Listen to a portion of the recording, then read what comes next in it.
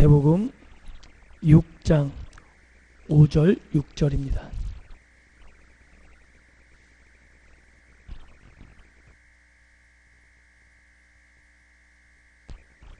마태복음 6장 5절 6절 말씀. 찾으셨으면 다같이 함께 한 목소리로 봉독합니다. 같이 읽습니다. 시작. 또 너희는 기도할 때 외식하는 자와 같이 하지 말라. 그들은 사람에게 보이려고 회당과 큰 거리 어귀에 서서 기도하기를 좋아하느니라. 내가 진실로 너희에게 이르노니 그들은 자기 상을 이미 받았느니라. 너희는 기도할 때 내 골방에 들어가 문을 닫고 은밀한 중에 계신 내 아버지께 기도하라. 은밀한 중에 보시는 내 아버지께서 갚으시리라. 아멘. 오늘 말씀은 산상수훈 가운데 있는 말씀으로 여러분들이 익히 잘 알고 있는 내용이죠. 간단하게 말하면 외식하지 말라라는 내용을 다루고 있습니다. 이것은 우리의 신앙생활 가운데 중요한 한 부분을 차지하는 이야기입니다. 신앙생활을 조금 다른 말로 한다면 세상에서 구별된 삶을 살아가는 것을 신앙생활이라고 할 수 있습니다. 구별된 삶을 거룩한 삶이라고 이야기합니다. 또 다른 말로 표현하면 성결한 삶을 유지하고 예수님을 닮아가려고 노력하는 것, 이것을 신앙생활이라고 정의할 수도 있습니다. 그런데 인간의 죄악들, 내가 갖고 있는 죄악들, 연약함들, 그런 것들이 내 신앙생활에 내가 예수님을 닮아가고자 노력하는 그 삶 가운데 끊임없이 개입하고 간섭해서 내가 예수님을 닮아가는 것을 그냥 내비두지 않는 거죠. 그래서 긴장하고 경계하지 않으면 하나님께 영광을 돌린다는 그 사실만 가지고도 포장되기 쉽다는 거예요. 기억하십니까? 출애굽 당시 이스라엘 백성들이 아론을 향해서 금송아지 만들라 그러고 금송아지를 이름 붙여서 여호와라 불렀잖아요. 우리는 하나님의 이름을 가지고도 내 욕심을 채울 만한 그런 어리석음과 그런 욕심을 능히 가지고 있는 존재임을 기억할 수 있어야 됩니다. 또한 우리가 믿는 자로서 이렇게 신앙 생활을, 예수님을 닮아가는 삶을 살아가는 것이 목표라면 예수님은 알지 못하는 그렇게 불신앙 있는 사람들, 그들이 살아가는 세상의 방식의 삶이 뭐냐 하면 사람의 눈을 의식하며 살아가는 것이라고 해도 틀리지 않을 거예요. 그러니까 남과 늘 비교하잖아요.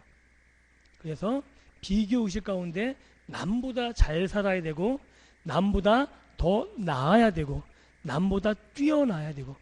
왜 아이들을 대학교 보내려고 그래야 돼요? 다른 아이보다 나은 삶을 위해서 그런 것 아닌가요? 그리고 내 만족, 우리 아이가 서울대 들어갔어, 우리 아이가 어느 삼성에 다녀, 다른 사람과 비교해서 사람의 눈 속에서 더 나은 모습을 찾아가기 위해 노력하는 것이 아마 불신앙인 이 모습이라고 생각을 해요. 그래서 사회를 유지하고 구성하는 가장 강력한 힘이 뭐냐 하면 사람을 의식하는 거예요. 그거를 다른 말로 표현하면 체면이라고 이야기할 수 있고, 조금 다른 관점에서는 군중심리다라고 이야기할 수 있는 거죠. 이게 사람의 행동을 조절하는 가장 강력한 힘이 될 때가 있어요. 우리가 먹고 싶은 게 있어도 사람의 눈이 보여서 덜 먹을 수도 있어요. 그리고 사람이 없으면 내 마음대로 하고 싶은데 사람들이 많이 보기 때문에 내가 참을 수 있는 거예요. 또는 다른 사람들이 다 그렇게 하니까 나 혼자 안 하면 이상해서 같이 휩쓸려서 죄를 짓는 경우도 있어요. 이게 사람의 눈이라는 강력한 힘인 거죠. 그런데 우리 신앙인들에게는 사람의 눈이 가장 절대적인 힘이 돼서는 안 된다고 이야기하고 있는 겁니다. 우리 신앙인들, 예수님을 닮아간다고 하는 사람들, 신앙의 삶을 살아간다고 하는 사람들의 가장 강력한 기준은 뭐냐면 사람의 눈이 아니라 하나님의 눈이 되는 거죠. 창세기 1장부터 계속해서 말씀하고 있는 게 뭐냐면 하나님이 보시기에 하나님이 보신 즉, 이게 성경에서 말하는 기준이라는 거예요. 그런데 죄악된 세상, 아담과 하와의 범죄 이후에 사람들은 하나님이 본 기준이 아니고 내가 본 즉, 이게 사사기에는 어떻게 표현되어 있냐면 자기 눈에 보기 좋은 대로, 이렇게 표현되어 있거든요. 이게 오늘 우리 시대에도 동일하게 흘러가는 이야기예요. 하나님이 보기 좋은 삶을 살 것이냐, 아니면 내가 보기 좋은 삶을 살 것이냐, 이것은 경건 생활에서도 가장 중요한 기준이 되어집니다. 사람의 눈을 의식할 건가, 아니면 하나님의 눈을 의식하면서 살아갈 것인가. 이것은 오늘 우리가 읽었던 기도에 대해서 말씀하신 이 본문에도 중요하게 다루고 있는 문제입니다. 이제 기도에 대해서 이야기를 하자면, 기도는 좀 철학적으로 표현하면 이런 거예요. 인간이 신에게 바치는 소리다. 사람들이 그렇게 표현할 수 있겠죠? 또는 목소리를 사용해서 신과 교제하는 것이다. 아니면 인간 편에서 신과 사귀기 위해서 자신을 내어 던지는 것, 이렇게 이모저모로 많이 표현합니다. 그런데 기도는 정말 하나님 앞에서 우리의 모든 것을 아뢰는 것, 하나님과 말로 교제하는 것, 이것이 기도의 전반적인 내용이라 그래도 틀리지 않을 겁니다. 그런데 오늘 본문은 기도에 대해서 이야기하면서 예수님이 강조한 게 뭐냐면 외식하는 자와 같이 하지 말라는 거예요. 그럼 외식하는 자와 같이 하지 말라는 의미가 뭔지 구체적으로 살펴보길 원합니다. 이 당시에 이스라엘의 기도에 대한 전반적인 상황을 좀 이해하셨으면 좋겠어요. 우리하고는 좀 다르거든요. 공식적으로 기도하는 장소가 이스라엘엔 정해져 있어요. 그 장소가 어디냐면 예루살렘 성전이에요. 여기는 공식적인 기도가 행해지는 장소입니다. 그래서 이스라엘 사람들은 하루에 2번, 아침에 1번, 저녁에 1번, 매번 성전에 올라가서 기도하게 되어 있어요. 그래서 사도행전은 베드로와 요한도 제9시에 기도하러 올라갔잖아요. 이건 이스라엘 사람들이 공식적으로 정해진 장소에서 정해진 시간에 기도하는 틀을 갖고 있었던 모습을 우리는 볼 수 있었던 거죠. 그래서 이스라엘의 지도자들은 예루살렘 근처에 살고 있어야만 했어요. 왜냐하면 늘상 기도하는 것을 몸소 실천해야 될 뿐만 아니라 자기가 원하는 시간에 아무 때나 가서 기도의 장소에 가서 기도하려면 예루살렘 근처에 살 수밖에 없었던 거죠. 또한 한 가지 특징이 뭐냐면 사람들에게 존경받기 위해서도 예루살렘에 사는 게 필수적인 거예요. 내가 랍비고 내가 선생이고 남을 지도하는 자인데 그가 공적인 이스라엘이 다 아는 그 장소와 시간에 기도하는 그 시간에 없다면 저 랍비 기도도 안 하네? 이렇게 되는 거죠. 그렇기 때문에 지도자가 예루살렘에 살면서 자기가 정해진 시간에 기도하고 또한 틈나는 대로 기도함으로써 사람들에게 야, 저 사람은 기도하는 사람이야, 늘상 하나님과 교제하는 사람이야, 이것을 보여주는 게 굉장히 필요했어요. 개인적인 경건뿐만 아니라 사회적인 지휘력, 영향력을 끼치는 데에도 이 기도하는 장소에 늘 있는 것이 굉장히 필요한 것이 이스라엘, 예수님 당대의 모습이었다고 해도 틀리지 않을 겁니다. 이게 왜 이스라엘에서 중요하냐면 이스라엘은 종교가 중심인 사회예요. 정치, 경제가 중심이 아니고 하나님이 절대의 주권을 갖고 있는 것을 신봉했기 때문에 종교가 전체적인 것을 주관하는 거예요. 그래서 아무리 뛰어난 경제인, 아무리 뛰어난 정치인, 존경받기 어렵습니다. 그런데 하나님을 잘 가르치는 랍비들, 아니면 성전에서 제사하는 제사장들은 하나님과 가장 밀접하다고 연관됐다고 생각했기 때문에 그들은 존경받았다고요. 그래서 그들에게 있어서 개인적인 경건과 이 경건을 보여주는 것이 사회적인 지도층으로서, 사회적인 지도자로서 영향력을 행사하는데 가장 중요한 게 뭐냐면 이 개인적인 경건을 드러내는 거였어요. 야, 저 랍비는 신실해. 저 사람은 정말 기도 많이 하는 사람이야. 저 사람은 하나님을 정말 사랑하는 사람이야. 이 말을 듣지 않고는 사람들에게 영향력을 끼칠 수 없었던 것이 지금 예수님 당대 삶의 모습이기도 했습니다.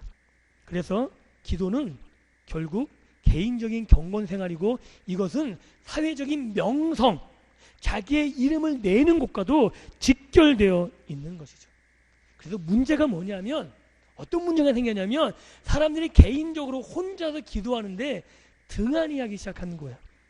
왜냐면 아무도 봐주지 않는 곳에서 열심히 기도해봤자 저 사람은 정말 기도하는 사람이 이 말을 듣기 어렵거든요. 야, 저 사람은 하나님과 정말 가까워, 신실해.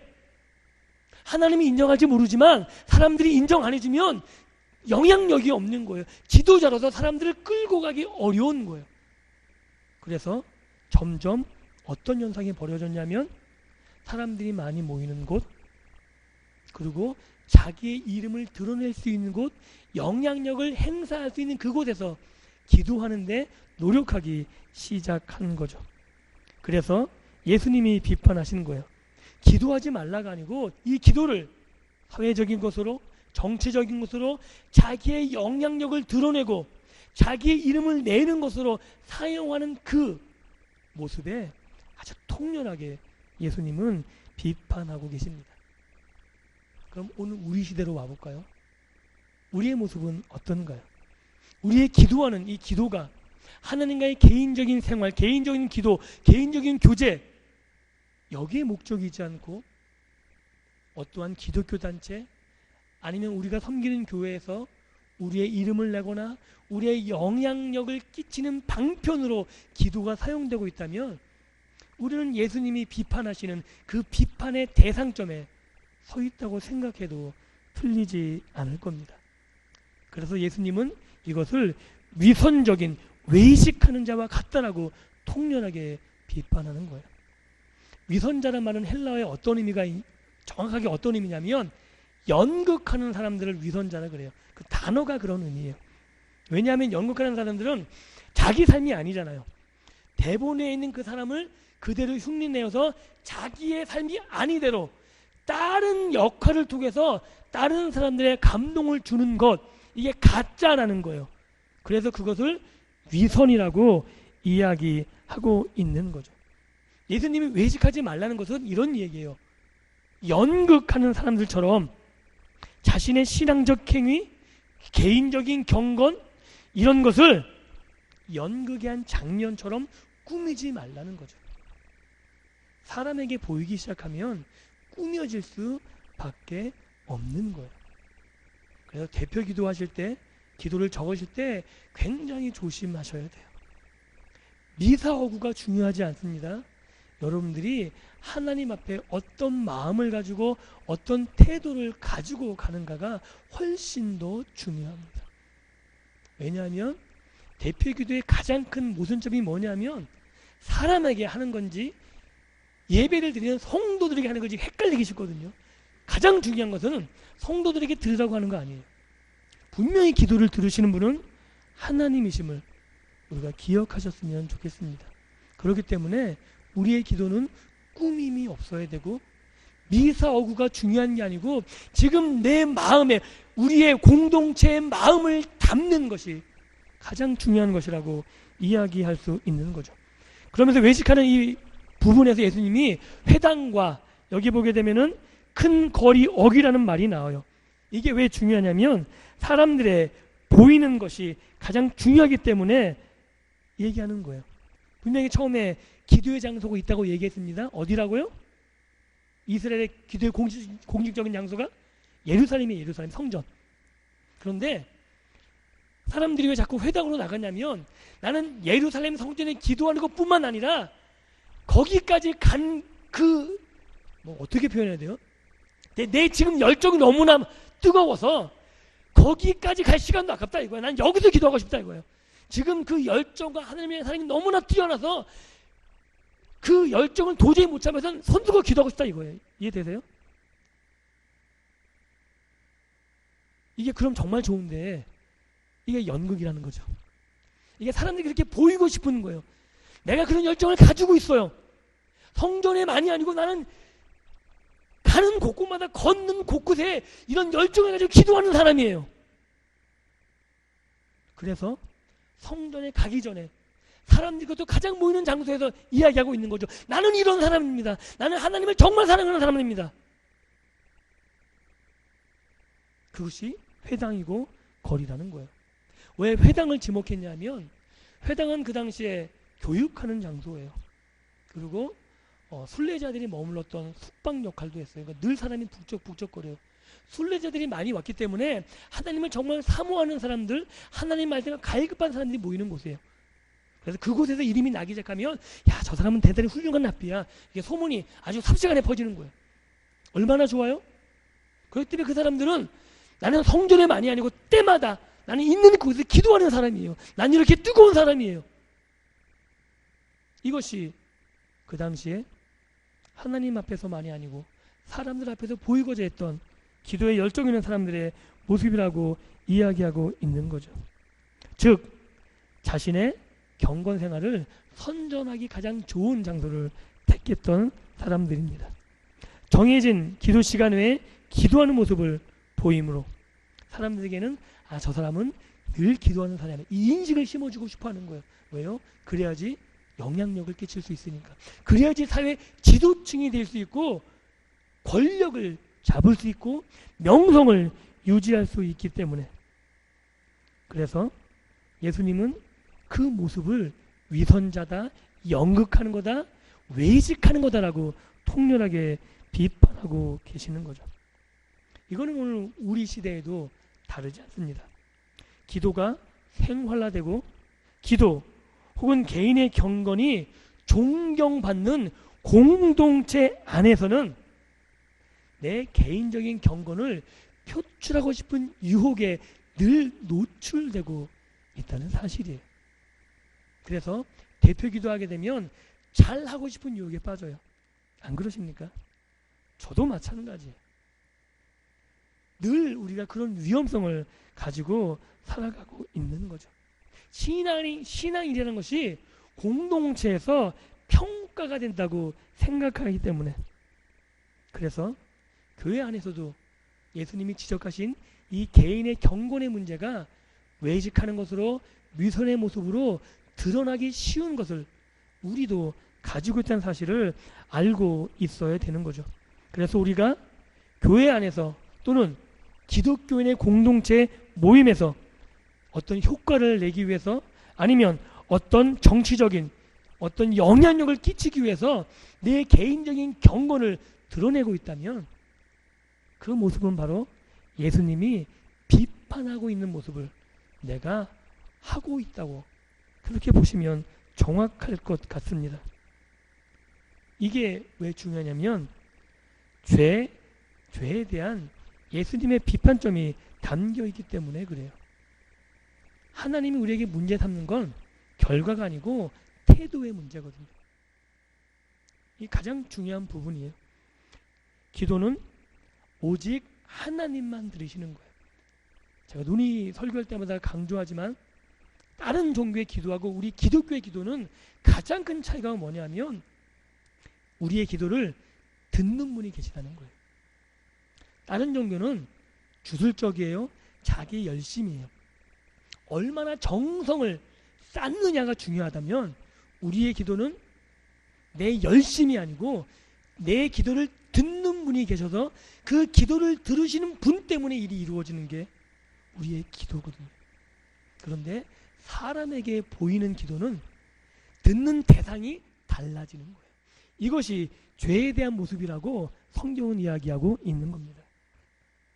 그래서 예수님은 어떻게 이야기하시냐면 이미 네 상을 받았다라고 이야기하는 거예요.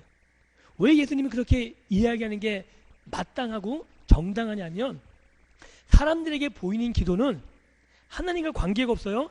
다른 사람들이 그것을 들음으로써 그 사람이 그것을 높여주게 되고 명성을 얻고 정치적으로, 사회적으로 영향력을 끼치는 것이 목표이기 때문에 실제로 그의 개인 경건 때문에 그 사람이 이미 높여졌고 사람들에게 칭찬을 받고 존경을 받아서 영향력을 끼치고 있다면 그의 기도는 그것으로 만족되는 거잖아요.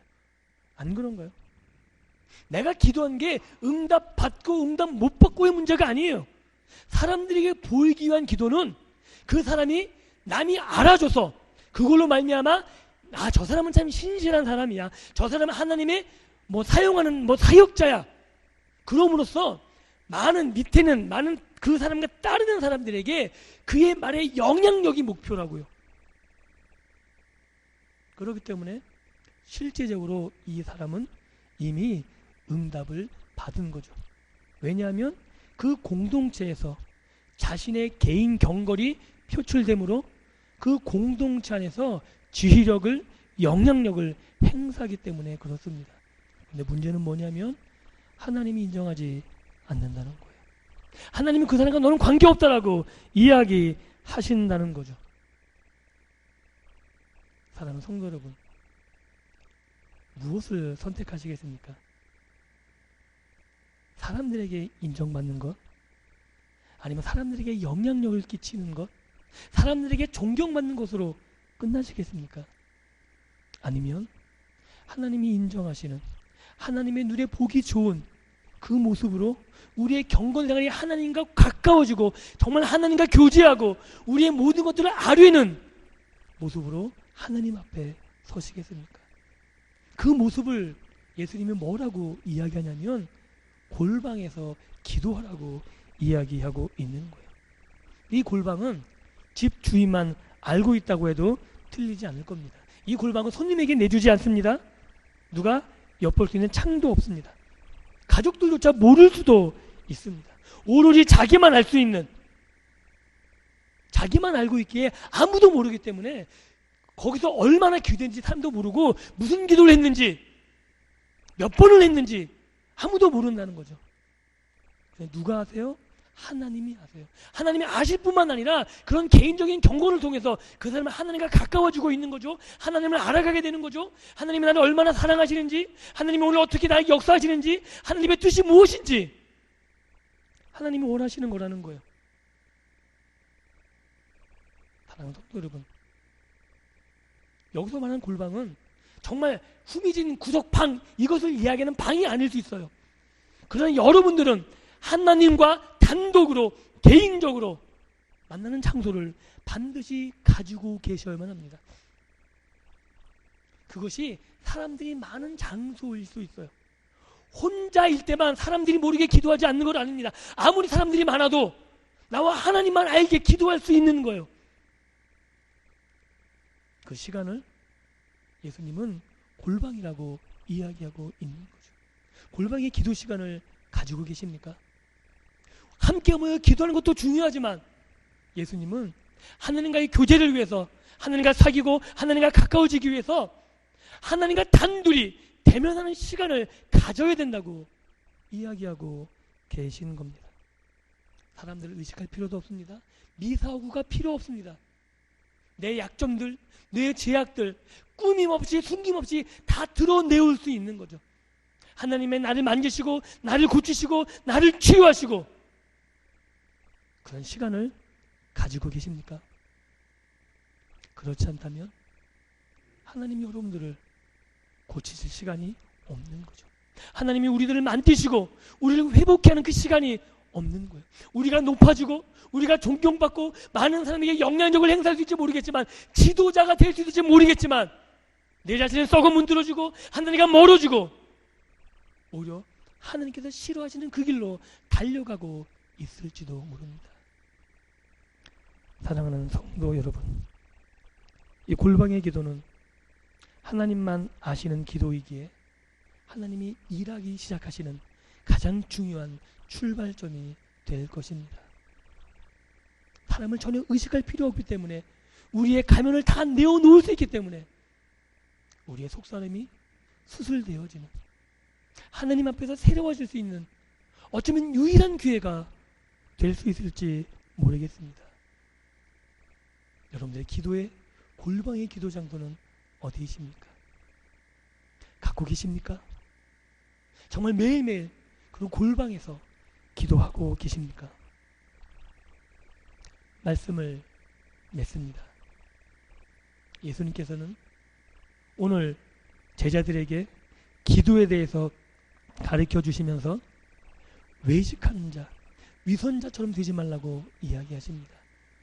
사람들에게 보이는 것이 치명적인 거라고 이야기하십니다.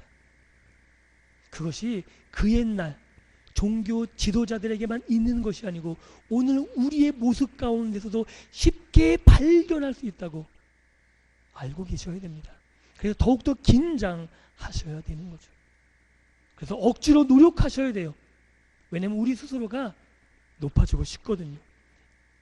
인정하십니까? 저도 인정할 수밖에 없어요. 남에게 잘 보이고 싶거든요. 내가 모인 공동체에 영향력을 끼치고 싶거든요. 그 욕심을 떨쳐버리기 위해서 우리는 이를 악물고 골방을 찾아 들어가야만 합니다. 그래서 내 모든 가변을 내려놓고 내 모든 가식을 내려놓고 하나님, 난 정말 죄인입니다. 나는 이렇게 무능합니다. 하나님의 은혜가 아니고서는 나는 아무것도 할 수 없습니다. 하나님의 은혜를 구하셔야 되고 하나님이 내 속사람을 만지시며 나를 치유하시며 나를 회복하시는 그 힘으로 다시금 일어나실 수 있으셔야만 합니다. 그래서 사람들의 눈을 의식해서 사람들에 의해서 세워진 지도자가 아니라 사무엘과 같이 다윗과 같이 하나님이 세워주시는, 하나님이 세우셨기 때문에 하나님이 그를 통해 일하시는 그 지도자로 하나님이 함께 하시는 것을 많은 사람들이 보기 때문에 그를 인정할 수밖에 없는 그런 믿음의 사람들로 세워지셔서 하나님이 기뻐하시고 많은 사람들에게 아름다운 신앙의 본을 보일 수 있는, 많은 사람들을 하나님께로 인도하며 같이 신앙의 길을 걸어가는 아름다운 동역자로 서 가실 수 있는 믿음의 복된 성도 여러분들이 될 수 있기를 주님의 이름으로 축원합니다.